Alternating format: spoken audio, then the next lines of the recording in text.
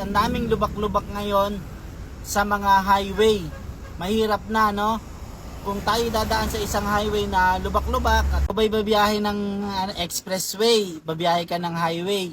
Halos 3 linggo nang umuulan dito sa Maynila, sa Luzon.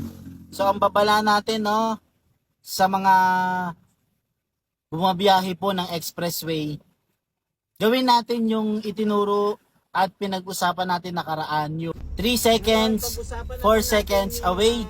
Mas maigi nga kung 5 seconds away doon sa sasakyan na sinusundan natin. Ito po yung vlog na yun, no? Kung gusto niyo pong mapanood o sa mga nakakaalam na, nire-remind lang namin kayo dahil ang daming lubak-lubak ngayon sa mga highway. Mahirap na, no? Kung tayo dadaan sa isang highway na lubak-lubak, katulad ng NLEX, kasi madalas kami dumadaan sa NLEX. Pag nadaanan natin yung mga lubak-lubak, katulad sa EDSA, di ba? Yung ispalto na bakbak dahil sa basa na yung daan.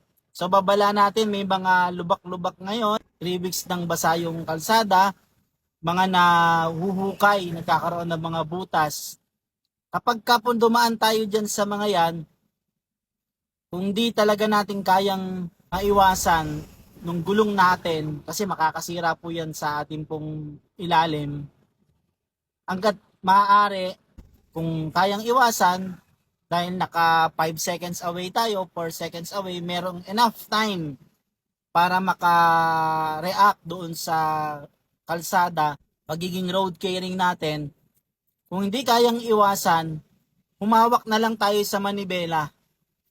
Na po, kung wala kang sapat na espasyo para makaiwas or wala talagang pwesto yung gulong natin, halos lubak-lubak na yung dadaanan, wag na nating ipilit ikabig.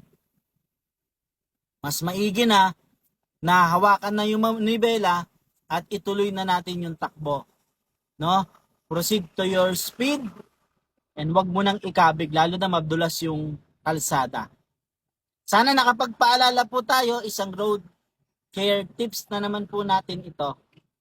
Road and machine care, magtagubilin at lagi maging caring sa ating pagmamaneho. Muli po, salamat po sa Diyos!